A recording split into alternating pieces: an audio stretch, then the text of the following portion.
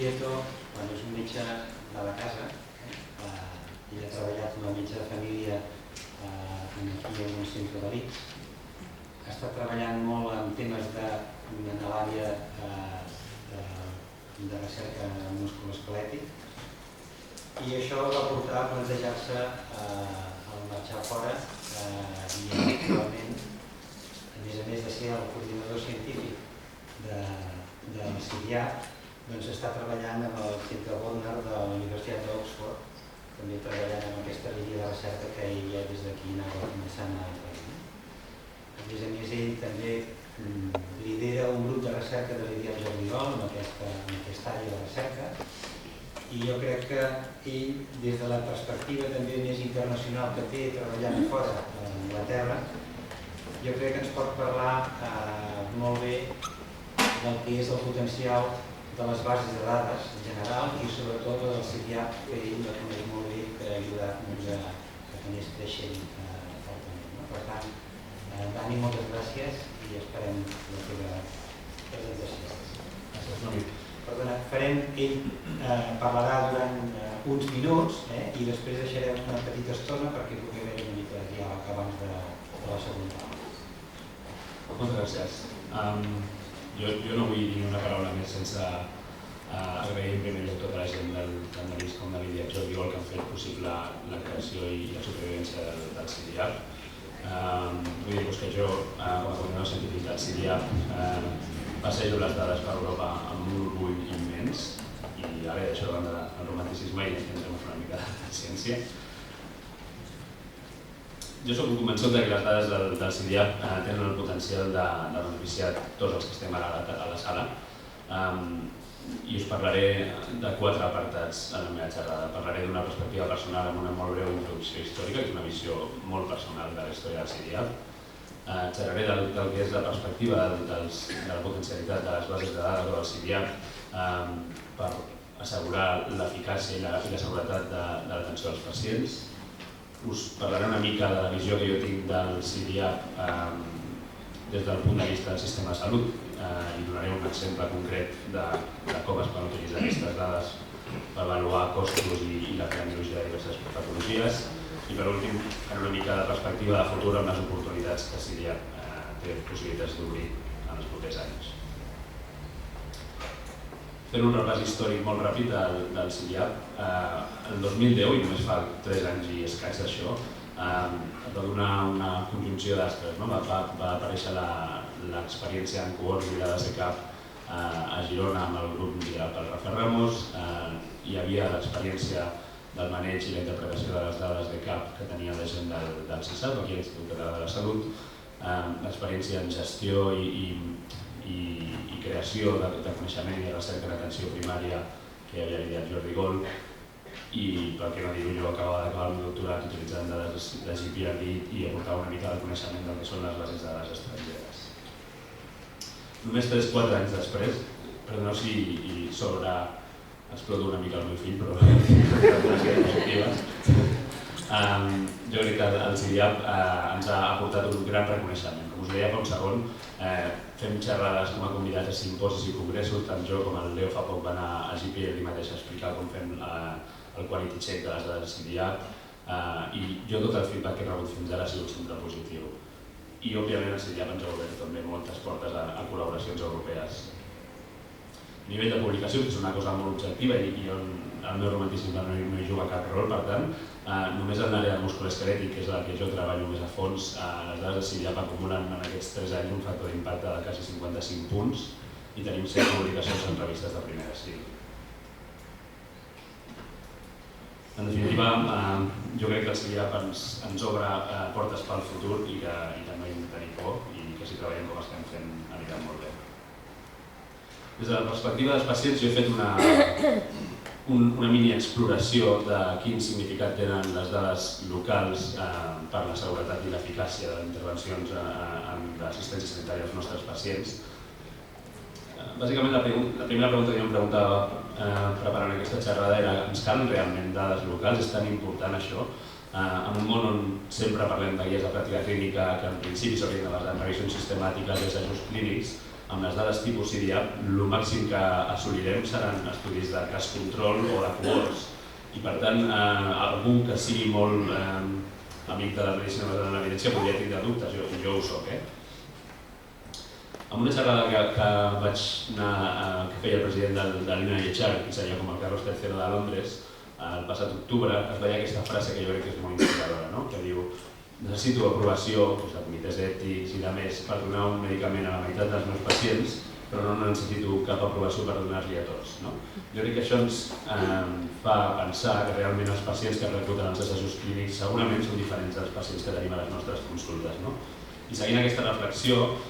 jo us proposo endinsar-nos una mica amb les dades CIDIAP per explorar això. S'assemblen els nostres pacients als reclutats o als participants d'assajos clínics. A part de tota la part que es parlaré ara, també algú podria pensar que fins i tot el nostre país no s'ha caracteritzat mai per ser un país on es facin moltíssims assajos clínics.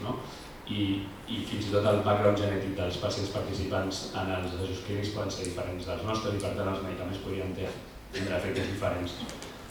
Per si algú encara no estava convençut, això és una foto de costat de casa meva a Oxford, on podeu veure mare, filla i fill, on jo crec que es demostra que la genètica és una cosa important.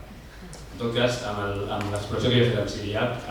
el meu objectiu principal ha sigut bàsicament estudiar les característiques dels usuaris del fàrmac antihistopològic que és utilitzat a Catalunya, que és l'Alandolat semanal, en la pràctica clínica real de l'atenció primària a Catalunya, és a dir, a CIDIAP, i estudiar la seva, no sé si la paraula eligibilitat és una traducció massa somera de l'anglès, però seria revisar els criteris d'inclusió i exclusió en l'assaig clínic FIT, que és l'assaig pivotal pel qual es va aprovar el fàrmac per a la prevenció de fractures. L'objectiu secundari de l'exploració aquesta que he fet, tot això no s'ha cobrit. Seria estudiar la persistència i adherència al tractament amb l'endurat en condicions reals de pràctica clínica, el CIDIAP, i comparar-les amb la persistència i adherència que es van publicar per l'assaig clínic. Com que soc el primer que parla de la CIDIAP, bàsicament us farem un repàs molt ràpid del que tenim. Tenim dades a 274 centres d'atenció primària, més de 3.400 metges de família i més de 5 milions de pacients, que van a ser un 80% de la població. Tenim dades sociodemogràfiques, dades clíniques que venen de la història clínica d'atenció primària, derivacions, vacunes, factors d'estils de vida com tabaquisme, anorisme i més. Una sèrie de mesures que són rutinàries de l'atenció primària, com poden ser la mesura de la pressió arterial o l'espirometria. Tenim diagnòstics clínics amb codi CIE10, que és una codificació internacional. Tenim complexitat de pacients, tenim baixes laborals, tenim la sort de poder obtenir informació sobre els fàrmacs dispensats en les farmàcies comunitàries, tenim informació sobre tests de sang o analítiques i orines de l'atenció primària de l'Institut Català de la Salut i tenim des de fa poquet un índex ecològic d'estatus socioeconòmic, que és el MEDEA. I després, en diversos estudi per estudi, hem anat fent vinculacions amb bases de dades externes que ens han ajudat molt a completar o a validar les dades, com poden ser el CNBD, que seria d'altes hospitalàries, tenim en un estudi com a mínim vinculat amb el registre de mortalitat i jo amb un estudi FISCATIN concretament he pogut vincular amb el registre de rastreres català que porta des de l'agència. La metodologia que he utilitzat molt senzilla per a aquest estudi, els participants, nous usuaris de l'endonat setmanal, definits com aquells que retiaven com a mínim 2 caixes d'una farmàcia, que no fossin usuaris de cap fàrmac antihistopològic els 2 anys previs, a l'atenció primària a Catalunya del 2006 al 2011, i el comparador serien els participants en l'assaig clínic FIT, que com us deia era l'assaig clínic pivotal. Es comparava l'endonat amb placebo i es van incloure quasi 6.000 dones i l'outcome principal era la fractura. Les variables que jo he mesurat aquí són eligibilitat, que seria compliment de criteris d'inclusió i exclusió dels usuaris del fàrmac en atenció primària, i després hem mirat també l'adherència en els usuaris reals del fàrmac comparat amb els participants de l'assaig clínic i la persistència també comparada en l'atenció primària comparat amb el que es va reportar per l'assaig clínic. Aquí a la banda de l'esquerra teniu copy-paste del PDF quan es va publicar la metodologia de l'assaig clínic FIT. Jo, per fer una mesura molt conservadora de l'elegibilitat, bàsicament aquelles coses per les que pensava que no teníem dades de qualitat de CIDIAP he donat per suposat que els pacients les complien, com per exemple el punt 2 on diu criteri d'inclusió que tinguin una densitat mineral òssea menor de 0,68, jo he donat per suposat que els nostres usuaris la tenen, segurament sent molt generós. Tot i així, tot i fer això, si us fixeu a la dreta, dels quasi 43.000 nous usuaris de l'abandonat identificats en el període que us he dit abans, un 14%, serien quasi 6.000 pacients, tenen una edat inferior a l'edat d'entrada en aquest assaig clínic, quasi 7.000 pacients, vindria a ser un 16%, tenen una edat superior al límit superior d'inclusió en aquest assaig clínic, un 18% són homes, i si anem baixant punt per punt els criteris d'exclusió i repassant-los, quasi el 50% dels usuaris de l'abandonat de la nostra pràctica clínica real no haguessin entrat mai en aquest assaig clínic, que va ser l'assaig clínic amb uns criteris d'inclusió i exclusió més relaxats perquè va ser el que va incloure més gent. Encara més, si mirem la persistència, aquí a la dreta teniu l'article de Lancet que es va publicar els resultats d'aquest estudi. La persistència de l'estudi FIT als 3 anys de seguiment en l'embaràs de l'embrionat va ser de quasi el 90%, com podeu veure, el 89%, i el CIDIAP, en canvi, dels quasi 42.000 persones que van començar el tractament, als 3 anys només seguien en tractament menys de 10.000, que seria menys d'una quarta part dels pacients. Si mireu l'adherència, al FIT el 96% dels pacients tenien una alta adherència i al CIDIAP això és una miqueta menys del 70%. Aquí tenim una gràfica de Kaplan-Meier on podeu veure del percentatge de gent que comença el fàrmac aquí, del 100% a l'any, ja tenim una miqueta per sobre del 50%, molt diferent del que veuríeu si veiéssiu el Kaplan-Meier de l'assaig clínic. Les conclusions d'aquesta petita exploració que us he ensenyat són, primer, només la meitat dels nous usuaris de l'abandonat de la nostra pràctica clínica haguessin pogut entrar en aquest assaig clínic. El percentatge de persistència d'adherents és molt més baix en la pràctica clínica real comparat amb les condicions de l'assaig clínic. I això em fa preguntar-me si realment aquest fàrmac és segur a la nostra pràctica clínica, si és efectiu, i encara més, com que tots els models, i jo visc a Anglaterra on sabeu que tenim les guies NICE que estan basades en models de cost d'economia que sempre es nodreixen d'assajos clínics, em pregunto si realment aquests models són correctes utilitzant només dades d'assajos clínics quan, com podeu veure, els nostres participants i el comportament en la pràctica clínica real és molt diferent del que s'observa en els assajos clínics. Una cosa que jo crec que és molt important de les dades locals i que al CIDIAP estem explotant cada vegada més i hem d'aprendre i de millorar encara a explotar més, és la possibilitat d'utilitzar aquestes dades per millorar la cost-eficiència del nostre sistema. Jo us presento aquí un exemple que és molt senzill, que és l'exemple de les fractures de pelvis a Catalunya. Aquest paper està publicat, el va publicar el 2012 a Osteoporosis International. Bàsicament, anant molt ràpid per una introducció per posar-vos en context, les fractures de pelvis són molt rares comparades amb les, per exemple, les de maluc, i per tant quasi mai aixequen interès en la població mèdica. En canvi, la situació clínica dels que veiem aquests pacients és que quan ingressen, molt sovint, ingressen durant un bon període de temps i per tant són fractures que poden tenir un cert cost associat. Els objectius d'aquest estudi molt senzill va ser, en primer lloc, estudiar la incidència de fractures de pelvis a Catalunya, en segon lloc,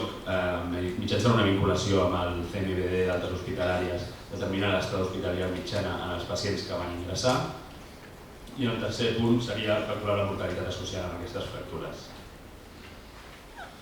Vam estudiar tots els pacients enregistrats a CIDIAP-Q, que m'imagino que després us explicaran, és una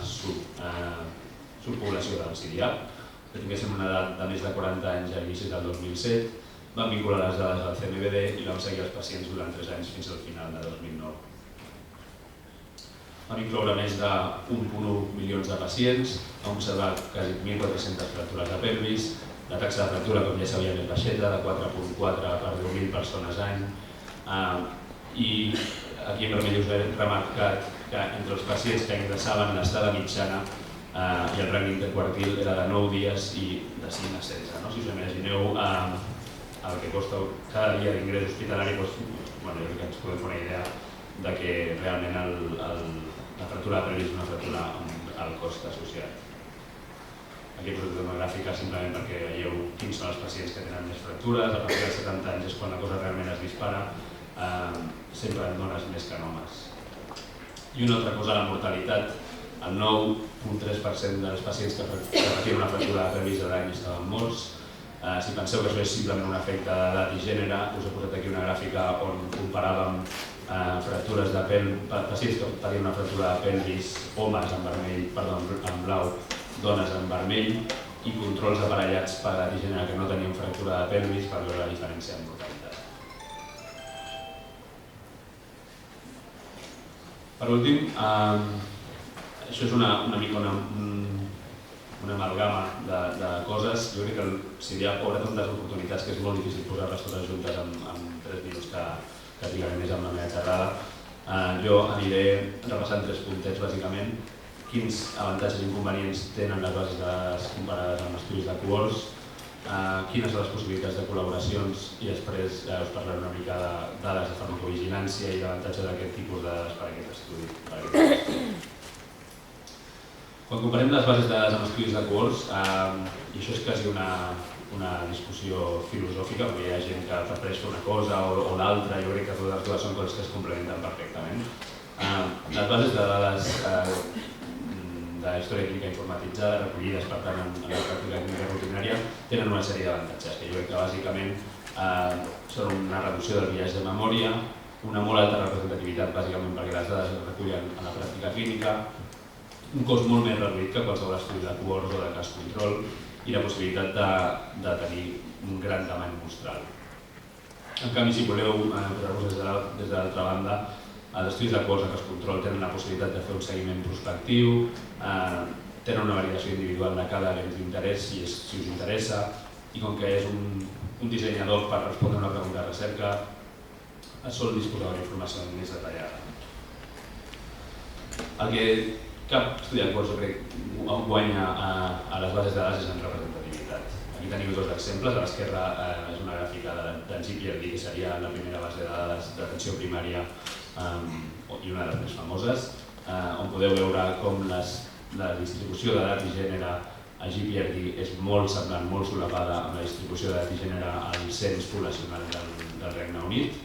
I a la dreta teniu una piràmide poblacional semblant on teniu les dades de CIDIAP comparades amb les dades del cens i també podeu veure com la representativitat, com la distribució d'edat i gènere és molt semblant. Ara us posaré un parell de diapositives on bàsicament a nivell de col·laboracions internacionals ja he dit abans que la disponibilitat de dades com CIDIAP ens ha obert moltes portes. Jo crec que no només ens ha obert portes, sinó que ens n'obrirà més pel futur i dona molt la possibilitat de fer validacions en altres cohorts amb un cost i en un temps molt reduït comparat amb el que solia costar habitualment fer replicacions d'aquest tipus d'estudis. Això és un exemple només part del meu doctorat, on veiem realment una cosa sorprenent, que era els pacients amb artrosi que es posaven una artroplàstia de genoll per artrosi, en l'any següent tenien un increment del risc de fractures de maluc de quasi el 60%, com podeu veure aquí amb el rate ratio. Això ens va cridar molt l'atenció, vam xerrar amb col·laboradors de la base de dades FARM o d'Holanda i quan vam replicar l'estudi allà vam observar un resultat. La gràfica és completament diferent perquè és una tècnica diferent, però el lot ratio observat era molt proper al que nosaltres havíem vist. I encara més, un altre exemple similar, també al final del meu doctorat vam fer aquesta exploració sobre la relació entre l'ús de bisfosfonats i la supervivència dels implants de genoll i maluc en pacients amb artrosi i vam observar, això es va publicar al BMJ, que els pacients que utilitzaven bisfosfonats tenien una reducció molt significativa del risc de recanvi de pròtesis. Això, com us podeu imaginar, també va cridar molt l'atenció i ara fa molt poquet hem fet una replicació d'aquest anàlisi en dades de Dinamarca en el Danish Health Registries i el resultat torna a ser bastant significatiu i molt semblant al que nosaltres havíem demostrat. Aquestes dades són molt valuoses per estudis de farmacovigilància i també les utilitza contínuament. bàsicament per un motiu, és que els efectes secundaris infreqüents, que solen ser els més seriosos, no es solen trobar en assajos clínics, no? Per dues qüestions. Una, perquè els pacients de més risc habitualment no recluten, i això jo crec que va molt en relació amb el que us he ensenyat abans, i segon, per una qüestió de potència estadística i de temps de seguiment, no? Per tant, jo crec que les bases de dades són crucials i juguen un rol central en la identificació d'efectes secundaris severs de fàrmacs.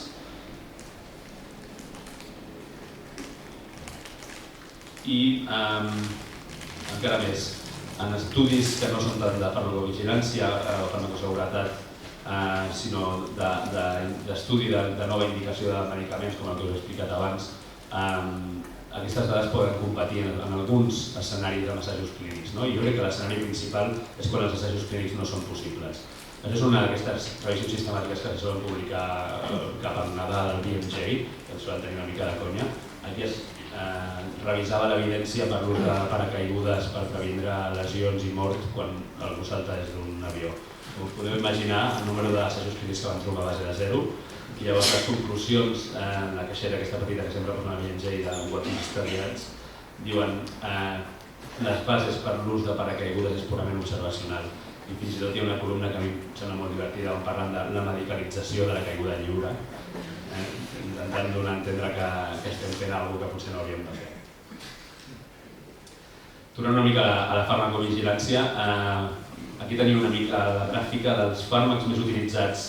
en osteoporosi en la nostra població. Com us podeu imaginar, són sobretot els bisfosfonats i després hi ha fàrmacs molt cars com els anàlegs de la paratormona, fàrmacs com el raloxifè o l'estronci. És igual els fàrmacs, si us fixeu, el que jo vull ressaltar aquí realment és que la persistència amb tots aquests fàrmacs és molt dolenta